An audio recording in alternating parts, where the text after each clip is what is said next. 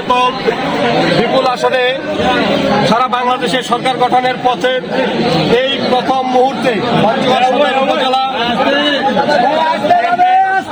সভাপতি চাকলাহাট ইউনিয়নের সাবেক আপনারা চুপ থাকেন কি বলছি চেয়ারম্যান জননেতা জনাব আবু দাউদ প্রধান, তিনি প্রথমেই যে কাজটি করেছেন বাংলাদেশ আওয়ামী লীগের প্রতি তথা আওয়ামী লীগের তৃণমূল পর্যায়ের নেতা কর্মীদের প্রাণের যে সংগঠন আমাদের চাকলাহাট ইউনিয়ন আওয়ামী লীগকে তিনি আজকে তালামুক্ত অবমুক্ত করেছেন।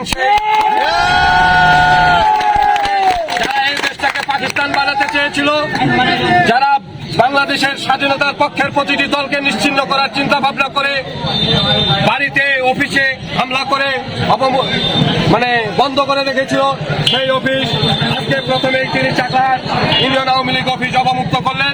আমরা চাকলাহাট ইউনিয়ন আওয়ামী লীগ সহ সকল অঙ্গ সহযোগী সংগঠনের পক্ষ থেকে তিনার কাছে আমরা কৃতজ্ঞতা প্রকাশ করছি।